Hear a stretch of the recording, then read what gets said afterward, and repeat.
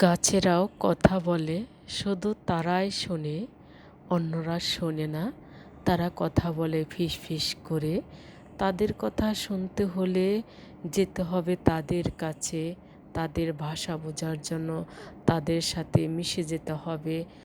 গাছ জীবন এবং বৃদ্ধির শক্তিশালী প্রতীক।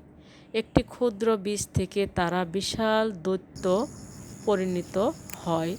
আশ্রয়, খাদ্য, অক্সিজেন সরবরাহ করে। গাছের প্রাণ আছে, এটা ঠিক।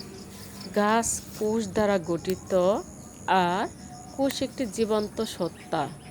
গাছদের নিজস্ব সিঙ্গেল আছে। সাধারণ মানুষ বা প্রযুক্তি ছাড়া সেটা বুঝতে পারা অসম্ভব নয়। অনেক সময় পাতার শব্দ হয়, বাতাসে নানান ধরনের শব্দ হয়। গাছের যে বাসা, সেটা তার দেহ থেকে সিঙ্গেল সৃষ্টি করে বাতাসের মাধ্যমে, রুটের মাধ্যমে, ছত্রাকের মাধ্যমে সিঙ্গেল পাঠায়। খালি চোখে দেখা অসম্ভব হয়ে পড়ে। একটা গাছের পাতা জিরাফ যখন খেতে শুরু করে, তখন অন্য পাতা যেন তা খেতে পারে। এজন্য গাছ তখন এই ইনফরমেশনগুলো তার সিস্টেমের মাধ্যমে অন্য ডালপালায় বা অন্য গাছে ছড়িয়ে দেয় যে তাকে কেউ আঘাত করেছে। তখন তার দেহের এক ধরনের টক্সিক পদার্থ সেই প্রাণীর জন্য রিলিফ করে।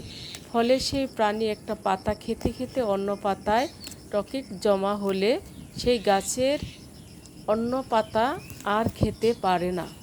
মোট কথা, গাছে কথা বলতে পারে না। বাতাস চলাচলের কারণে কোনো রকম শব্দ হতে পারে।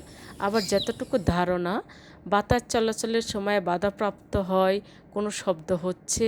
বনের মধ্যে অনেক সময় হাঁটলে আমরা বাতাসে নানান ধরনের শব্দ পাই, সেটা এরকমও হতে পারে। পরিবেশ রক্ষা করার জন্য আমরা গাছ লাগাতে বলবো না। গাছ হলো পৃথিবীর ফুসফুস, যা আমাদের অক্সিজেন সরবরাহ করে।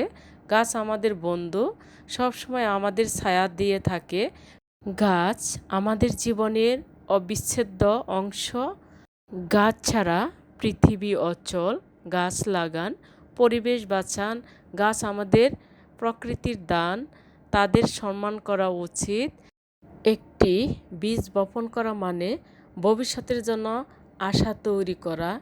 গাছকে ভালোবাসুন, প্রকৃতির সৌন্দর্য উপভোগ করুন।